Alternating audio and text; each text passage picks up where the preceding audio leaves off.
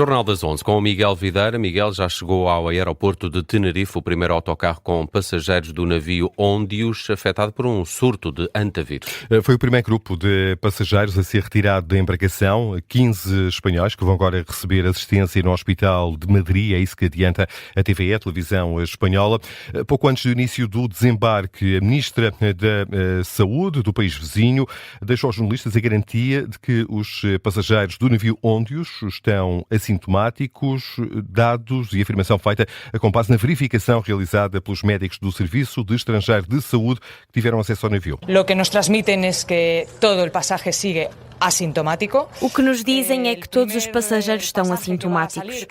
Os primeiros a desembarcar vão ser os cidadãos espanhóis e já está preparado o avião onde vão ser transportados. O país seguinte que vai ser retirado vai ser os Países Baixos, um grupo que tem cidadãos da Alemanha, Bélgica, Grécia e parte da tripulação. E depois vão saindo à medida que estiverem previstos os voos para hoje.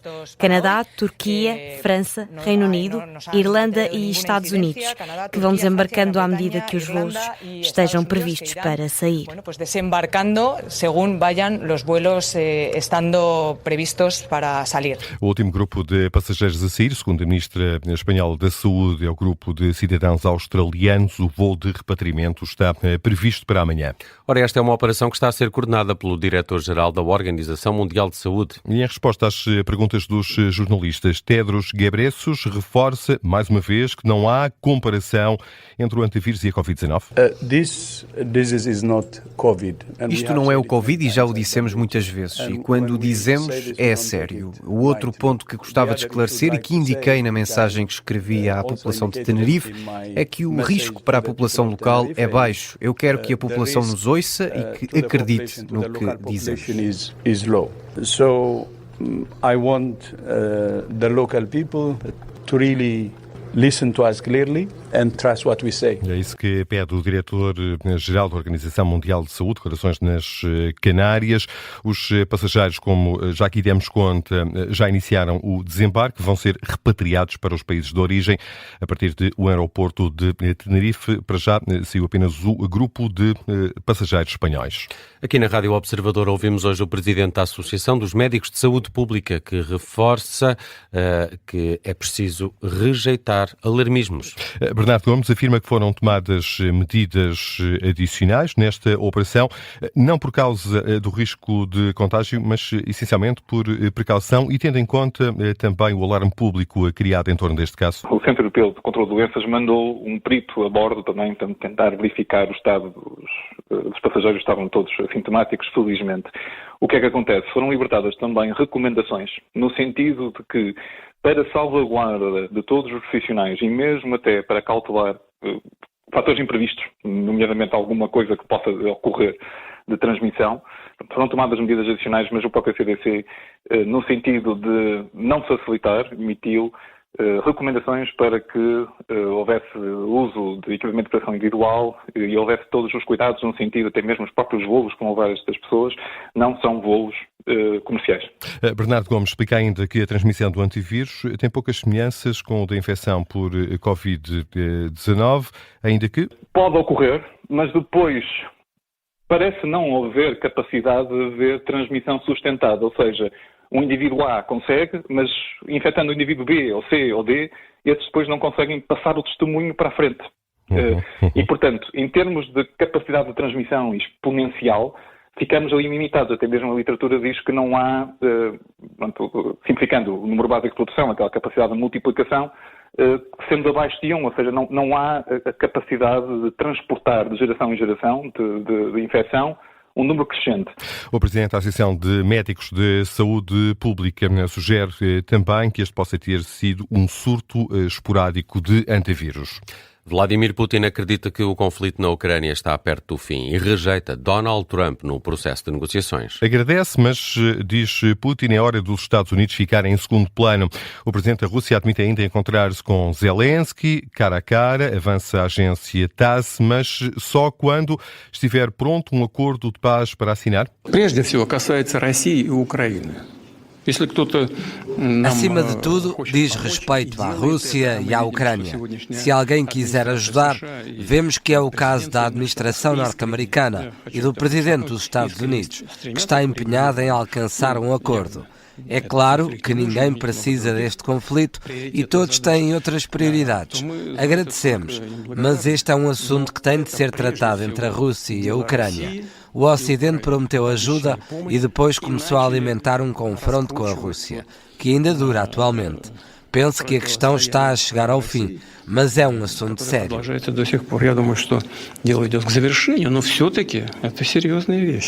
Nestas declarações, Vladimir Putin voltou a reiterar a convicção de que a Rússia vai vencer este conflito e diz também, tal como fez ontem durante o discurso do dia de vitória em Moscovo, que a guerra na Ucrânia é legítima. Vamos ao desporto. José Mourinho garante que não teve qualquer contacto com o Real Madrid. Nem houve, nem vai haver, pelo menos até ao final da época. O técnico encarnado fez há pouco a conferência de imprensa de antevisão do jogo do Benfica frente ao Sporting de Braga, amanhã à noite, depois de uma semana em que foi apontado como o mais forte candidato à sucessão de Álvaro Arbeloa no comando técnico do Real Madrid. José Mourinho assegura, é especulação. Continuam a falar do Real Madrid, eu continuo a fugir, mas a fugir com toda a honestidade e por decisão minha, principalmente agora numa fase final de épocas, eu não falo com ninguém. Portanto, eu não tive nenhum contacto com o Real Madrid, não tive, e até o último jogo do campeonato contra o Estoril também não vou ter. Depois há ali uma janela de uma semana onde eu terei a liberdade de falar com quem eu achar que devo falar, mas todas as histórias que têm saído, exigências, reuniões, é tudo especulação. Sobre o empate amanhã, frente ao Sporting Clube de Braga, José Mourinho sublinha que só há um resultado, a vitória. O estado de alma é perfeitamente objetivo. Temos que ganhar, não temos outra solução. O próprio estilo de jogo que o Braga tem, normalmente os adversários que têm que correr mais do que eles, porque eles são muito fortes em posse, sempre está grande atenção a isso, mas penso que eles ainda precisam de qualquer coisa para confirmarem a quarta posição, portanto seguramente motivação não lhes faltará. O treinador do Benfica lamentou ainda as ausências por castigo do capitão Nicolás Otamendi e Richard Rios. O jogo entre Benfica e Braga está agendado para amanhã às 8h15 da noite.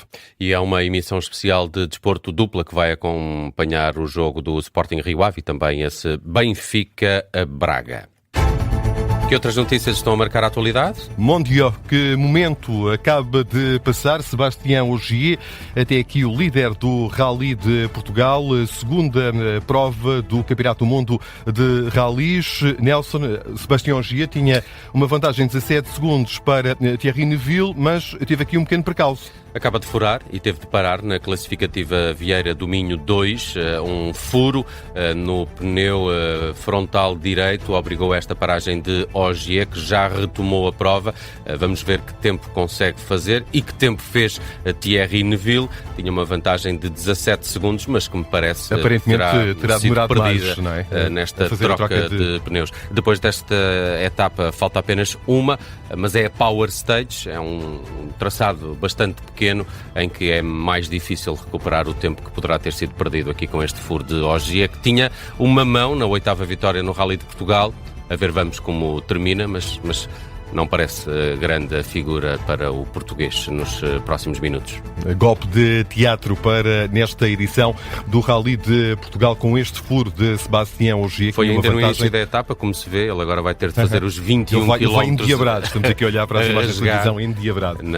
Há uma expressão no mundo automóvel que é de faca nos dentes, vai ter de ser assim até ao final para tentar não perder mais do que esses 17 segundos que tinha de vantagem para o segundo lugar. Ao meio-dia dar-lhe-amos conta dos tempos feitos por Sébastien Ogier para Thierry Neuville para confirmar se Ogier perdeu de facto a liderança deste Rally de Portugal. Pelo menos 22 pessoas morreram no Líbano em ataques israelitas este sábado, é isso que indica o Ministério Libanês da Saúde.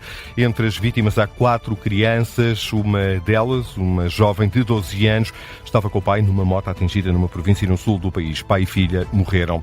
O diretor executivo da Saudi Aramco, a companhia petrolífera estatal saudita, afirma que o mundo ficou sem 1.000 milhões de barris de petróleo nos últimos 2 meses por causa do bloqueio no Estreito de Hormuz. O responsável avisa ainda que, e mesmo que o fluxo de energia seja retomado, vai levar tempo até que o sistema seja normalizado. Começa na terça-feira o Festival Eurovisão, mais uma edição marcada pelos protestos em torno da participação de Israel. Este ano já levou à desistência de 5 países: Espanha, Irlanda, Países Baixos, Eslovénia e Islândia. Os boicotes devem-se aos ataques de Israel ao território palestiniano da faixa de Gaza, que vitimaram pelo menos 72 mil pessoas e foram classificados como genocídio por uma comissão internacional independente de investigação da Organização das Nações Unidas.